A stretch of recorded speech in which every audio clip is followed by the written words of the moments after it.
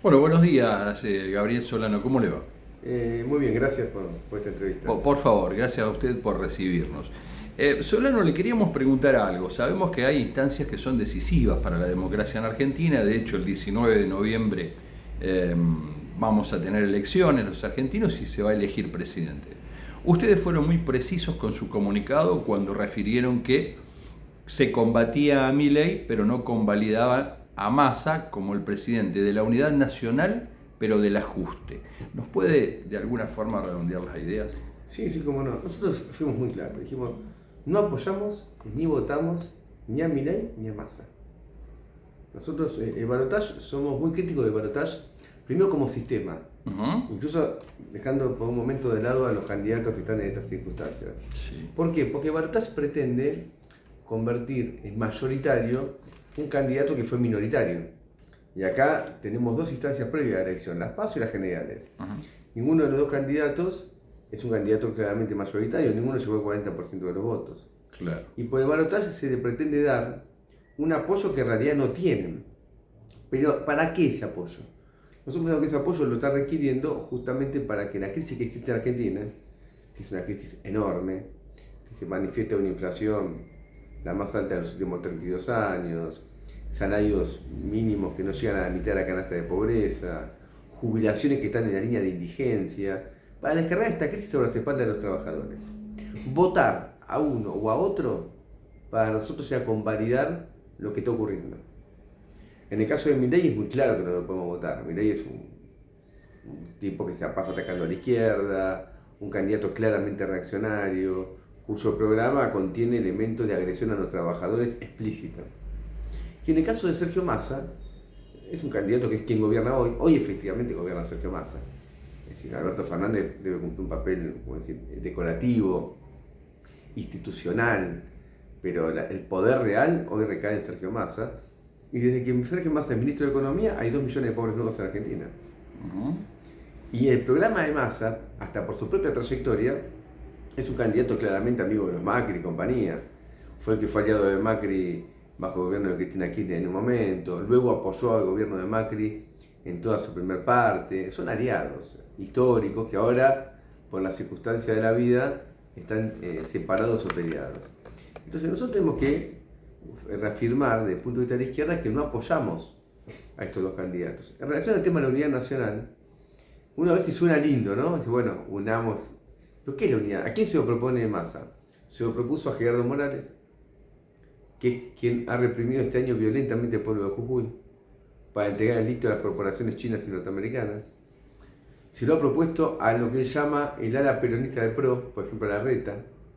Entonces, por la unidad nacional, lo que quiere Massa es reunir un capital político que no tiene para llevar adelante un ajuste.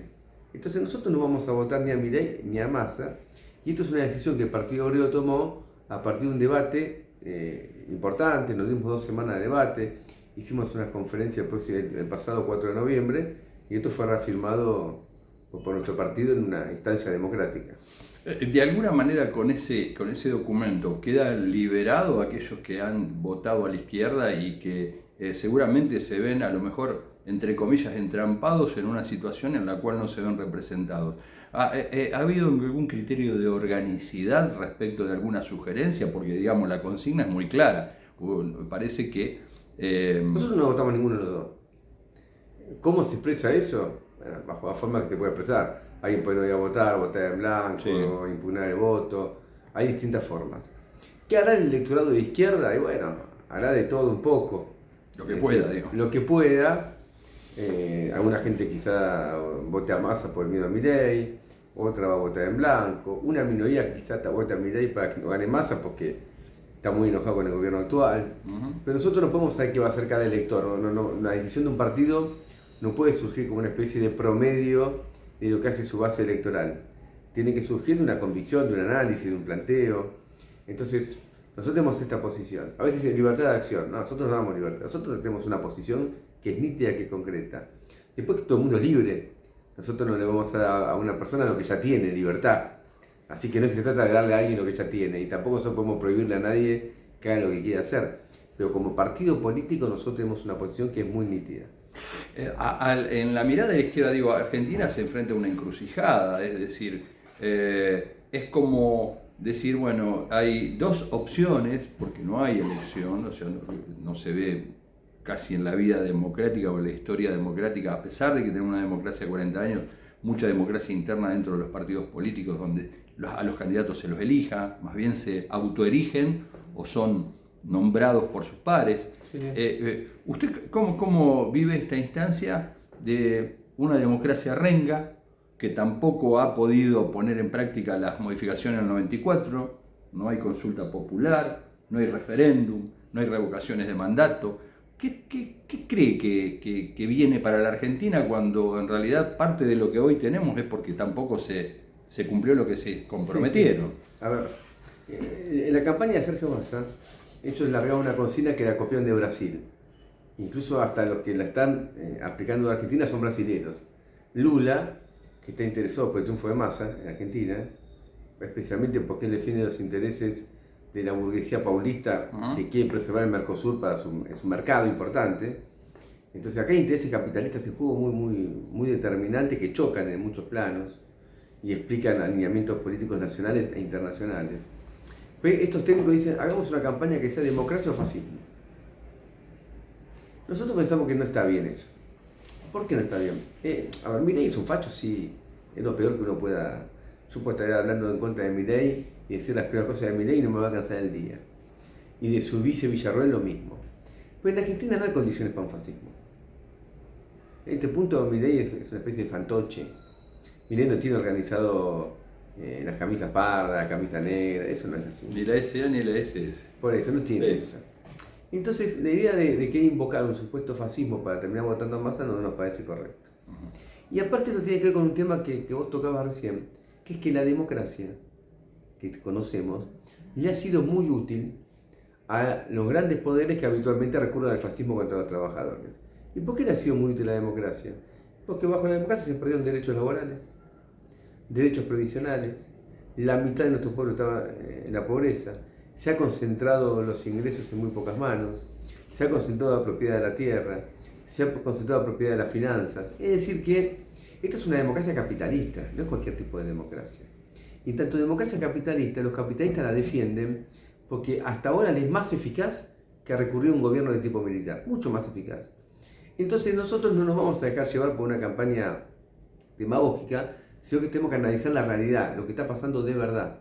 Por eso nuestro voto es un voto muy consciente. Y digo algo más. Yo no pienso, para que no se confunda, que haya libertades democráticas que puedan ser afectadas por gobiernos que vengan. Pienso que sí, van a querer afectarla. Pero los trabajadores deben defenderla en la calle peleando. Yo no le voy a dar a Massa la credencial de ser quien vaya a defender libertades democráticas al pueblo argentino.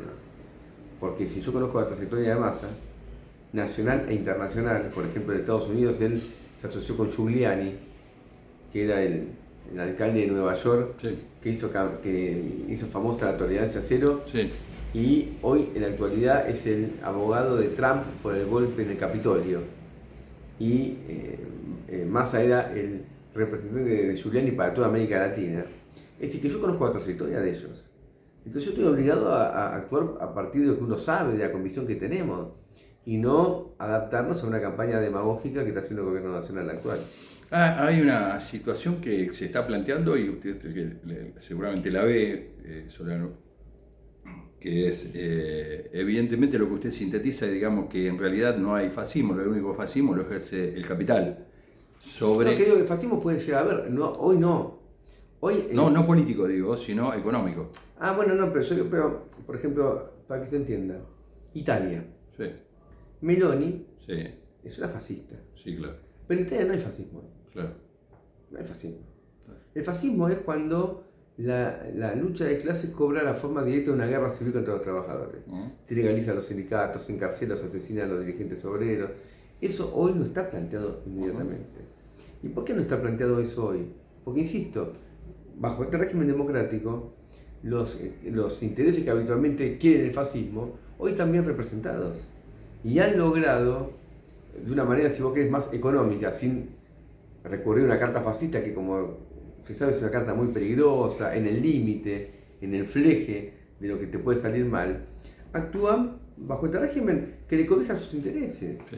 Si hoy tenemos, a ver, la mitad de la fuerza de trabajo, uno dice, bueno, la dictadura abolía los derechos laborales, perfecto, pero hoy el 50% de la fuerza de trabajo está en negro. Sí, claro. Sí, claro. Entonces, este sistema ha sido muy bueno para los capitalistas.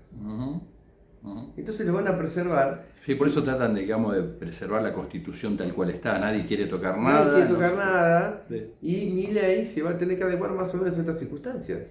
El próximo desafío, digamos, para ustedes, ¿cuál sería, Solano? Porque caracterizando la realidad social, política y económica, tal cual la entiende y la participa, hay un desafío que es evidente, no solo de acá lo que sea el 19 de diciembre, sino el día posterior ya empieza otra etapa. Sí, el desafío nuestro, a ver, nosotros el 19 de noviembre no tenemos nada que hacer, nosotros no estamos, así que no es nuestro problema de sentido directo. Pero nosotros pensamos que gane uno o gane otro, va a haber de parte de quien surja electo como presidente un ajuste redoblado. Acá está planteado devaluaciones monetarias muy significativas, tarifazos, impuestazos, reformas laborales. Y el gran desafío nuestro, que ya no es solamente del Partido Obrero o del Frente de Izquierda, el gran desafío como clase trabajadora es cómo enfrentamos esta situación. Porque acá se viene una... ¿Cómo? Bueno, y va a ser mediante la lucha. Acá va a plantearse la necesidad de derrotar esta ofensiva como se derrota una ofensiva. No es esperar a las elecciones del 2025 a ver si en el 2025 no sé qué pasa. Eso no va a ser así. Los pueblos tienen que resolver este tipo de agresiones apelando a su propia iniciativa. Y no esperar un programa electoral, porque se puede mañana, cuando se dice a veces Milei no tiene mayoría parlamentaria, quiero ver que si no la tiene. Digamos, es como pedir un voto de esperanza, pero no de confianza. Es con beneficio a duda. Yo lo que digo acá es lo siguiente: los trabajadores ya electoralmente ahora no hay nada que hacer. Porque hay un balotaje en el cual las dos fórmulas son fórmulas que yo considero negativas. Y después de esto viene un ataque directo a la clase trabajadora. Va a haber que responder. Va a haber que estar en la calle, va a haber que organizarse, va a haber que pelear. Y eso va a ser la clave, y no esperar un programa electoral diciendo, bueno, vemos si mañana cambiamos la composición del Congreso. Porque además se dice que, por ejemplo, Milei no tendría mayoría parlamentaria, pero yo quiero ver si no la tiene. Porque el peronismo a Macri le votó todo en el Congreso, entre el 2015 y 2019. Le apoyó más de 100 leyes. Entonces, ¿por qué no ocurría lo mismo frente a un nuevo gobierno de Macri y ahora encabezado por Milei? Yo no pongo las manos en el fuego por el peronismo. Esto es así. Desconfío muchísimo porque los intereses sociales que están detrás son muy similares. Hablan de una alianza con el imperialismo. ¿Lo ven los dos casos? ¿Cuál es, digamos, la evidencia palmaria que esto tiene tinte de proyección? Hay muchísima evidencia. Lo que pasa es que el imperialismo no es una sola cosa. Si uno ve Estados Unidos, hay una guerra entre Trump y Biden, o sea, no es que existe un imperialismo, no, ni siquiera existe un imperialismo norteamericano, hay una fuerte disputa. Sí, claro. Hubo intento de golpe de Estado en Estados Unidos. Y Biden es tan imperialista como Trump, no es que uno es más menos que otro. De hecho, en política internacional, si uno va a las cuestiones de bélicas, siempre los demócratas han sido más belicistas que los republicanos. Entonces, para terminar la idea, uno, de manera, ¿cómo te puedo decir? Una clasificación un poco rígida, porque la vida no es tan rígida, uno puede decir que hoy Massa es el candidato de Biden y en cambio Milei tendría más, digamos, cercanía a Trump. De hecho, hay información periodística muy cuantiosa que muestra que Lula fue a hablar con Biden directamente para que apoye a Argentina. Cuando apoya a Argentina significa que apoya a Massa. Y determinadas decisiones del Fondo Monetario fueron viabilizadas en función del proceso electoral. Entonces, ¿acaso y el tema de la unidad nacional que hablábamos antes, el que primero lo dijo fue el embajador norteamericano de Argentina, Stanley. Cuando planteó que no fue una botella de alvear, sí, Mark Stanley. Nosotros no estábamos invitados a ese tipo de cónclaves. Dijeron, hay que juntarse ahora gana la unidad nacional. Que agarró la posta de la reta. Claro, ese planteo de Massa. Sí. Sí, no se termina dando en uno sino en otro lugar, digamos, esto más del 70%. Uno diciendo de que no incluye al kirchnerismo y el otro diciendo que lo incluye a todos, pero es más o menos que la fórmula se termina cumpliendo. Claro, pero es una idea de que hay una conciencia dentro de los partidos tradicionales que están hechos pelota, y están hechos pelota porque son los responsables de esta crisis y por lo tanto la población saca sus conclusiones. Entonces necesitan reunir un caudal político que no tienen por sí mismos para poder llevar adelante un programa como el que lleva adelante. Porque si vos mañana venís a hacer un programa de transformaciones sociales progresivas, vas a tener un apoyo popular. Pero si vas a hacer lo contrario, no vas a tener ese apoyo popular. Entonces vas a tener que tener fuerza para aplicar ese programa. Hay una experiencia legislativa que tiene el Frente de Izquierda, entendiendo todos en este frente todos los partidos que lo componen. Cualquiera le preguntaría, si hay alguna buena medida impulsada ya sea por Milei o en este caso por Unión por la Patria en el Parlamento, ¿estarían dispuestos a acompañarla? Bueno, aquello que entiendan, ¿no?, que es beneficioso. No vamos a dejar de apoyar nada que favorezca a los trabajadores. Lo hemos hecho todo este tiempo. Solo que, lamentablemente, son muy pocas las veces que eso pasa. En la inmensa mayoría de los casos son leyes que son negativas para los trabajadores. Por ejemplo, cuando se votó la eliminación de ganancias, votamos a favor. Sí. Está claro cómo íbamos a votar en contra si nosotros venimos peleando por eso hace mucho tiempo. Seríamos muy poco coherentes con nosotros mismos si después de haber reclamado tanto algo, una vez que se da no lo votamos. No tiene sentido. Pero la lógica del Parlamento es que las medidas a favor de los laburantes son excepcionales y en condiciones de crisis. Porque Massa tomó esta medida después de haber perdido la PASO. Es decir, cuando está con la soga, con el agua al cuello. Pero si no era por esta medida, no la tomaba. Ya hace 4 años que gobierna. Empecé preguntándole sobre un desafío. ¿Que cruza usted a algún ciudadano, ¿no?, de acá de Cabo, que lo consuela pensando en el 19 o le sugiere algo? No, yo me la paso hablando con gente de la calle porque, bueno, la gente, sobre todo estos días, hay mucha gente que en la calle me para, ¿qué vas a hacer? ¿Cómo la ves? Está todo muy a flor de piel y hay mucho debate, ¿no? Y yo me digo la verdad, mi opinión, me digo, mirá, acá va a que plantarse de mano porque lo que viene es muy jodido. Y si bien estamos mal, lamentablemente se puede estar peor. Parece que no, pero se puede estar peor. Por ejemplo, se puede tener el 80% de pobres en vez del 50%. Se puede estar peor. Entonces, y lo que viene, si uno piensa que va a haber devaluaciones, tarifazos, aquello, va a ser para eso. Entonces yo digo, va a haber que organizarse, va a haber que pelear. La vida no son solamente las elecciones. ¿Y por qué? Porque para la clase capitalista que gobierna el país de verdad, no espera las elecciones para tomar decisiones. Si uno ve la agenda de reuniones de un presidente, se reúne con este, con el otro, todo el tiempo un lobby, una presión a través de los diplomáticos, las cámaras empresariales, los medios de comunicación que ellos manejan. Y los trabajadores tenemos que hacer lo mismo, tenemos que pelear por lo nuestro, más allá de un programa electoral establecido por la Constitución. Los mercados votan todos los días. Todos los días, exactamente. Exactamente. Y eso hay que aprenderlo porque el plan de lucha del mercado es una fuga de capitales, una corrida cambiaria, una corrida bancaria. Claro. En cambio, ¿cómo es el de los lobby todos los días sobre el Parlamento? Sí. Y los trabajadores no pueden estar entonces solamente con una especie de fetichismo parlamentario, que esto se cambia cada 2 años. No, no estás así, esto hay que se pelea todos los días. Muchas gracias, Gabriel. No, gracias.